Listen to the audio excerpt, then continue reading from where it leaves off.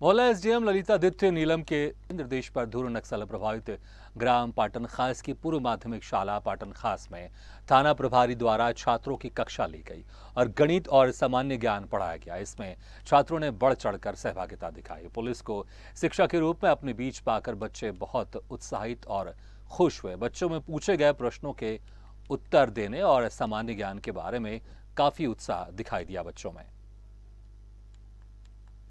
Class के बाद सभी बच्चों को बिस्किट वितरण भी किया गया।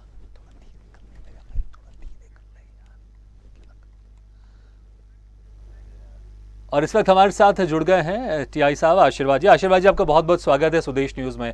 आशीर्वाद जी, बहुत एक अच्छी पहल यहाँ पर दिखाई दे रही है आपकी तरफ से। आप बच्चों को पढ़ा रहे हैं, गणित भी पढ़ा रहे हैं और तमाम तरह की आप उनको जानकारी दे रहे हैं। तस्वीरें भी हम देख रहे हैं आपको। कैसे मोटिवेशन मिला आपको कि आपको, क्योंकि आप लोगों की व्यवस्था इतनी व्यस्तता रहती है कि उस बीच में समय निकालकर बच्चों को इस तरह से पढ़ाना बड़ा मुश्किल होता है, लेकिन कैसे आप इसके लिए प्रभावित हुए, कैसे मोटिवेट हुए कि मुझे बच्चों के बीच में जाकर इस तरह से उनको पढ़ाना चाहिए? देखिए सुधीर जी, हमारे वरिष्ठ अधिकारियों के द्वारा एक ऐसा एक प्रोग्राम बनाया गया है कि हम लोग वहां जाएं। और ये मेरे मुख्यालय से, पहले तो बता दूं, मोहला थाने से लगभग 40 किलोमीटर अंदर रिमोट एरिया में है, जो महाराष्ट्र बॉर्डर पे है ये गांव।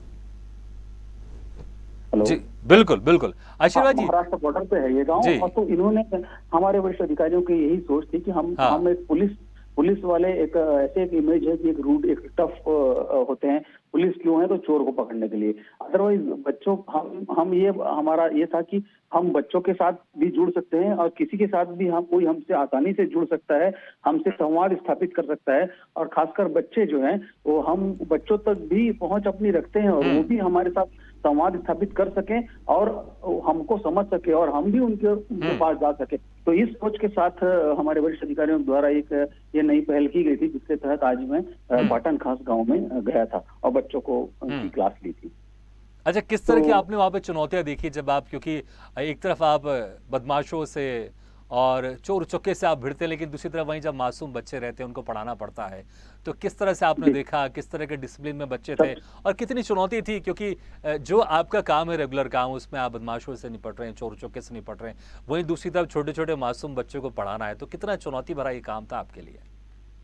जी, वो कक्षा में घुसने के पहले मैं वर्दी तो मैंने पहनी हुई थी, लेकिन अपने दिमाग से मैंने थानेदार का वो अलग रख दिया था इमेज, और अपने आप को एक शिक्षक के रूप में वहां अपने मन को वैसा परिवर्तित करके उस कक्षा के अंदर गया मैं। तो ऑटोमेटिकली अपनी लैंग्वेज भी चेंज हो गई और उस तरीके से बातचीत करने लगे। और शुरू में मुझे थोड़ा 5-10 मिनट तो थोड़ा सा कठिनाई हुई, लेकिन जब बच्चों का रिस्पांस एकदम से आने लगा तो फिर मैं भी ऐसा एकदम घुल मिल गया कि मैं तो भूल ही गया कि मैं मतलब मैं पुलिस भी हूं मैं।